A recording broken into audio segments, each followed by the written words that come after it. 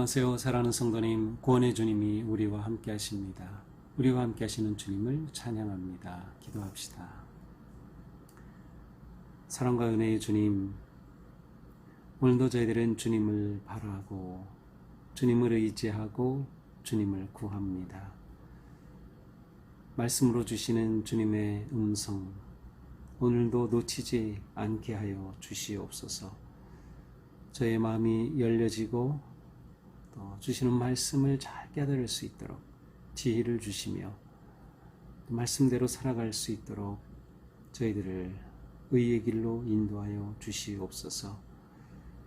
여러 가지 많은 위기와 아픔과 고통 가운데 살아가는 저희들입니다.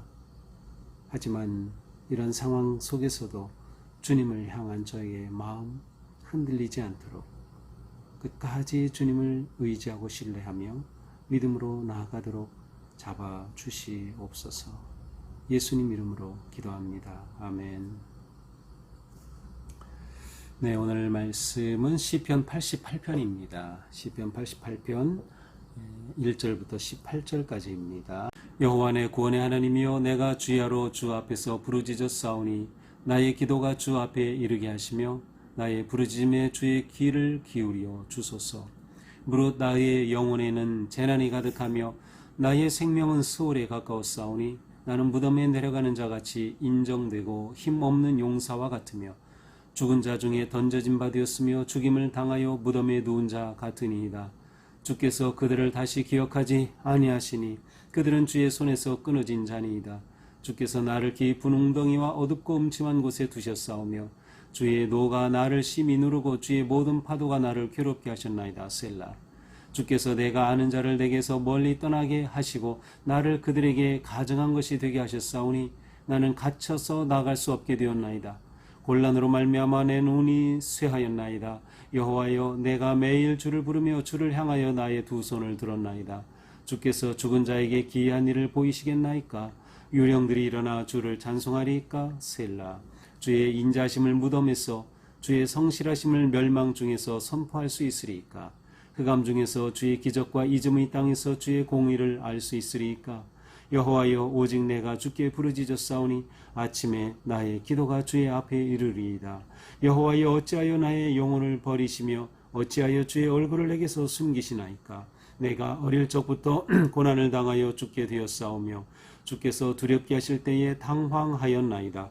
주의 진노가 내게 넘치고 주의 두려움이 나를 끊었나이다. 이런 일이 물같이 종일 나를 애우며 함께 나를 둘러쌌나이다. 주는 내게서 사랑하는 자와 친구를 멀리 떠나게 하시며 내가 아는 자를 흑암에 두셨나이다. 아멘.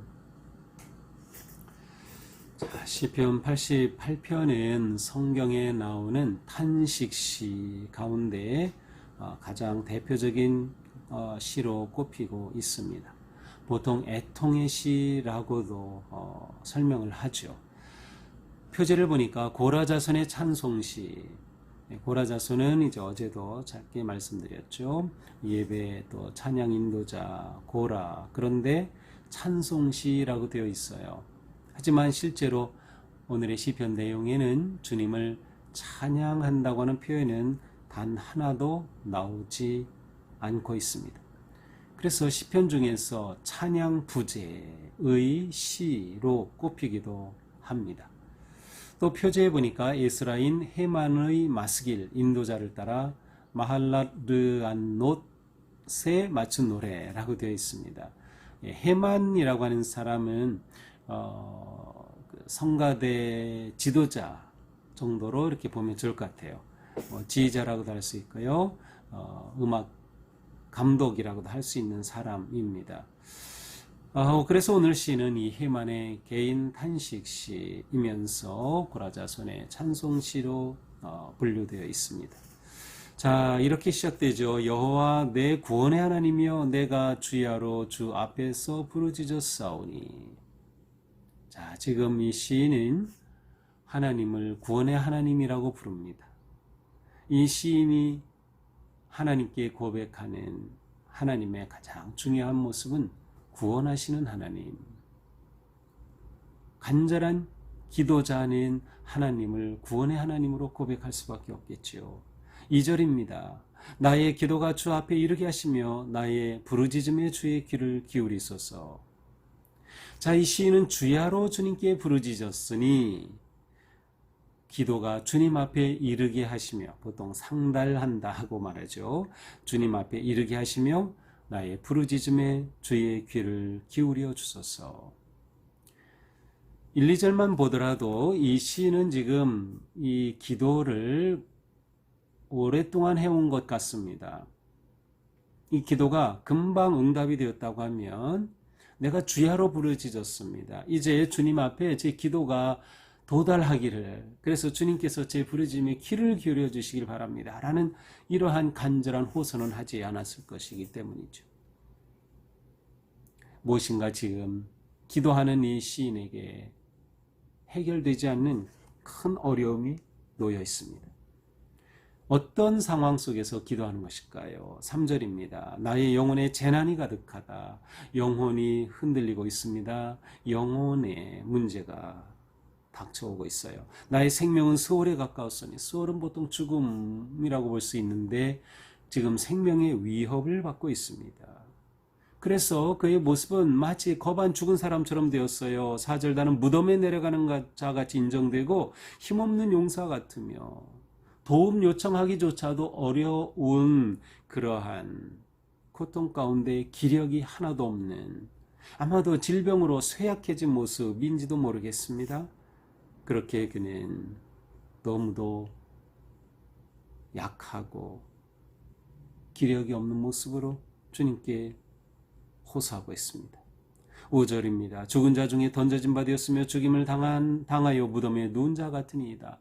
이미 죽은 사람처럼 거바한 시체와 같은 상태가 되었다는 것이죠. 만약 이렇게 그대로 죽어버린다면 어떻게 됩니까? 주께서 그들을 다시 기억하지 아니하시나니 그들은 주의 손에서 끊어진 자니다. 그대로 버려두신다면 주님께서 기억하지 아니하신 자, 끊어버리신 그러한 불쌍한 영혼이 되고 마는 거죠. 주님의 기억에서 사라지는 것이 아닌가, 지금 주님의 손에서 내가 끊어지는 것이 아닌가, 그 두려움 가운데 이 시인은 기도하고 있습니다. 6절입니다. 주께서 나를 깊은 웅덩이와 어둡고 음침한 곳에 두셨사오며, 내가 지금 이러한 상황에 처한 것은 주님께서 나를 이렇게 보내신 게 분명해. 주님께서 나를 지금 고통 가운데 몰아넣으시는 거야. 그러니 내가 이렇게 간구해도 응답이 없는 것이지. 이 시인의 고통스러운 상황이 이렇게 묘사됩니다. 주의 노가 나를 심히 누르고 주의 모든 파도가 나를 괴롭게 하셨나이다. 이 고통, 고난이, 재난을 주님의 진노로 느낍니다. 주님께서 이렇게 재난을 보내셨다, 자신을 괴롭게 하신다라고 느끼고 있습니다.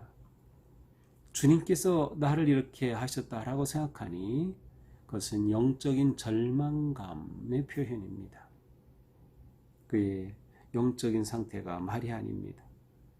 주께서 내가 아는 자를 내게서 멀리 떠나게 하시며 나를 그들에게 가증한 것이 되게 하셨사오니 나는 갇혀서 나갈 수 없게 되었나이다. 이제 꼼짝 움직일 수도 없는, 이렇게 거의 죽어가는 상황. 그런데 나를 아는 자를 내게서 멀리 떠나게, 나의 친구, 나를 위로해 줄 자, 나와 함께 해 줄 자조차 멀리 떠나버린 겁니다. 친구마저 떠나버렸어요. 관계가 멀어졌어요. 파괴된 것인지 어찌된 일인지 이 시인은 극심한 고통과 동시에 외로움, 고독함 가운데 놓여 있음을 알 수 있습니다. 곤란으로 말미암아 내 눈이 쇠하였나이다. 이렇게 영적으로 심적으로 고통하면 육체적으로도 당연히 어려움이 나타나죠. 그래서 눈이 쇠하였다라고 고백합니다.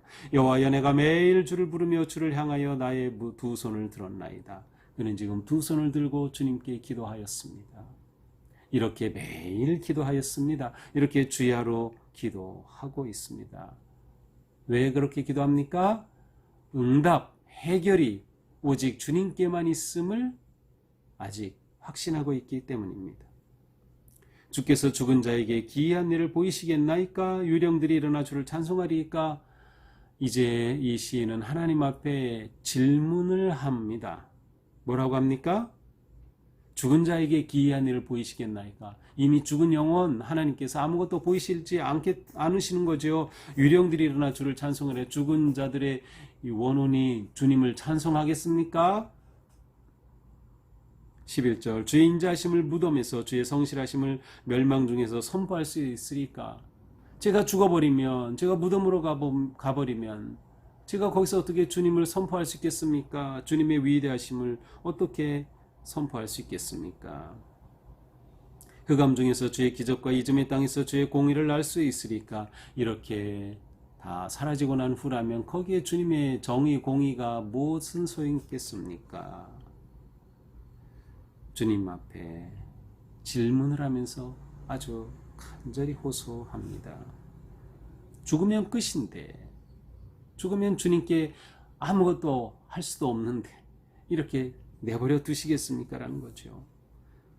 여호와여, 오직 내가 주께 부르짖었사오니 아침에 나의 기도가 주의 앞에 이르리이다. 내가 주께 부르짖었사오니 밤새도록 부르짖은 것 같습니다. 그러기에 아침에 첫 새벽에 내 기도가 주의 앞에 이르리라. 밤새 기도하였는데 마침내 이른 아침 첫 새벽에 주님께 이제 기도가 도달하기를 바란다 하는 마음이 담겨 있습니다. 여호와여, 어찌하여 나의 영혼을 버리시며 어찌하여 주의 얼굴을 내게서 숨기시나이까? 여호와여, 어찌 나의 영혼을 버리시며. 좀 어디서 많이 들어본 말씀 같지요? 그렇습니다. 예수님이 십자가에서 외치신 절규입니다. 어찌하여 나를 버리셨나이까? 여호와여, 어찌하여 나의 영혼을 버리시나이까? 내가 어릴 적부터 고난을 당하여 죽게 되었사오니 주께서 두렵게 하실 때 당황하였나이다. 주께서 두렵게 하시니 제가 몹시 쇠잔했습니다. 주의 진노가 넘치고 주의 두려움이 나를 끊었습니다. 완전히 주님과 저의 관계가 끊어진 것처럼 제가 그렇게 절망감을 느낍니다. 이런 일이 물같이 종일 나를 외우며 함께 나를 둘러나이다.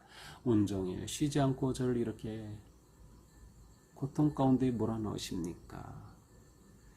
주는 내게서 사랑하는 자와 친구를 멀리 떠나게 하시며 내가 아는 자를 흑암에 두신나이다. 앞에서도 똑같은 비슷한 내용이 나왔죠. 내가 아는 자를 멀리 떠나게, 친구가 다 떠나버린 그러한 고독함, 여기서도 마찬가지입니다. 사랑하는 자와 친구를 멀리 떠나게 하셨다. 그 친구들은 떠나고 이제는 죽음과 절망이 친구가 되었습니다. 오늘 시편은 이렇게 간절한 호소로 끝납니다. 보통 시편은 이렇게 호소한 후에 응답하신 하나님을 찬양하든지 응답하실 하나님을 신뢰하며 찬양하는 그러한 내용이 나오는데, 오늘 시편은 아예 그러한 것조차 없습니다. 온전한 개인 탄식시, 애통의 시이죠. 자, 오늘 시편은 정말 이 시인이 얼마나 어려움과 고통과 절망 가운데 있었는지를 그대로 드러냅니다. 그리고 자신의 그 처지를 하나님께 그대로 호소하고 있습니다. 자, 이 말씀을 보면서 오늘 우리는 무엇보다 하나님께서 우리에게 얼굴을 숨기실 때 그때 우리는 어떻게 해야 하는가입니다.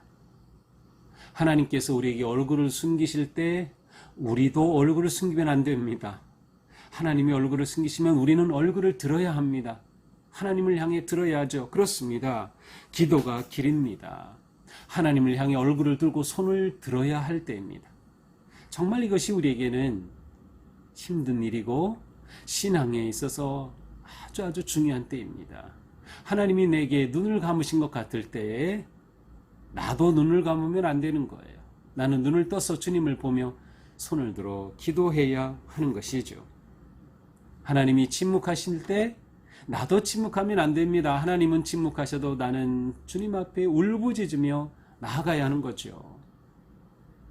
하나님이 나를 잊으신 것 같을 때 나도 하나님을 잊으면 안 됩니다. 우리는 계속해서 하나님의 이름을 부르면서 하나님의 인자심을 의지해야 하는 겁니다. 그렇습니다. 하나님이 얼굴을 숨길 때 우리에게는 기도가 유일한 길이고 기도가 답이다. 하나님을 향해 손을 들어야 한다는 것이죠. 그런데 중요한 것은 무엇이에요? 인내하는 기도입니다. 인내하는 기도. 만약 이 시인이 여기서 기도가 이것으로 끝나버렸다면 이 시인은 구원을 얻지 못한 채 멸망당하고 말았을 것입니다. 그러나 분명 이 시인 헤만이라고 되어 있지요. 이 시인은 하나님의 놀라운 응답을 받았을 겁니다. 그리하여 오늘 시를 고라자손의 찬송시라고 하고 있어요. 기도는 인내가 답이다라는 것이죠. 끝까지 하나님을 신뢰하는 믿음이 중요합니다. 그래서 믿음과 기도가 굳게 뭉쳐야 하는 것입니다. 자, 또 하나 우리가 알아야 될 것은 우리는 함께하는 기도를 잘해야 됩니다. 오늘 시편은 친구들이 다 떠나갔습니다. 고독 가운데 외칩니다. 하나님을 부르짖습니다. 우리도 이러한 어려운 때가 있죠. 그런데 이러한 때 누군가가 내 곁에 서서 함께 기도해 줄 수 있다면, 누군가가 내 곁에 서서 내 손을 그냥 잡아만 주어도 우리는 다시금 용기를 얻어서 하나님께로 나아갈 수 있을 겁니다. 그래서 우리는 함께하는 기도, 공동체 기도, 중보 기도가 너무도 중요하다는 사실을 알아야 합니다. 그러기 위해서는 우리가 성도들과의 영적 관계를 아주 귀하게 여기면서 그 관계를 잘 세워가야 합니다. 목장과 같은 소그룹을 통해서 함께 사역을 하면서 함께 기도를 하는 이러한 자리를 놓치면 안 돼요. 누군가를 위해 내가 기도해 줄 수 있고 누군가가 나를 위해 기도해 줄 수 있는 그러한 깊은 믿음의 관계를 세워가는 것, 이것이 우리의 영적 승리의 아주 중요한 길이 되는 것이죠. 그러니 우리는 절망과 어둠 속에도 하나님을 향해 우리의 기도의 음성을 더욱 높여야 할 것입니다. 그리고 우리가 알아야 할 것은 어떠한 고난 속에서도 하나님은 그 모든 것을 통해서 선을 이루심을 신뢰하는 것입니다. 고난이 유익이다. 고난이 유익이다. 기도를 하는 자에게 유익인 겁니다. 기도가 멈춰지면 고난은 고난으로 끝날 수밖에 없을 겁니다. 고난이 내게 유익이 되려면 우리는 주님께 끝까지 기도하며 믿음으로 나아가야 할 것입니다. 본회퍼는 시편 88편을 가지고 이렇게 말했습니다. 시편 88편은 그리스도께서 우리와 함께 기도하시는 기도이다. 예수님께서 십자가에 달려 돌아가실 때 이 시편의 기도를 하셨죠. 어찌하여 나를 버리셨습니까? 우리는 기도할 때 주님께서 나와 함께 나를 위해 기도하고 계시다는 사실을 잊으면 안 됩니다. 그렇게 나와 함께 하시는 주님이 바로 성령님. 우리가 성령님께서 나를 위해 중보하신다. 주님은 지금도 나를 위해 기도하고 계신다. 이 사실을 놓치면 안 돼요. 그래서 모든 친구가 떠나간 고독과 괴로움 속에서도 이 시인은 함께 하시는 주님을 끝까지 신뢰하며 기도하였던 것이죠. 우리의 기도가 이러한 기도가 되기를 바랍니다. 우리 각자 여러 가지 많은 어려움과 두려움, 위기, 절망, 또 육체적인 질병, 아픔 가운데 있습니다. 그러나 이 시간 우리는 놓치지 말고 기도의 줄을 꼭 잡고 주님을 기억하고 주님을 바라보면서 기도로 인내하여 승리하는 우리 모두가 되기를 주님의 이름으로 축복합니다. 기도합시다. 주님,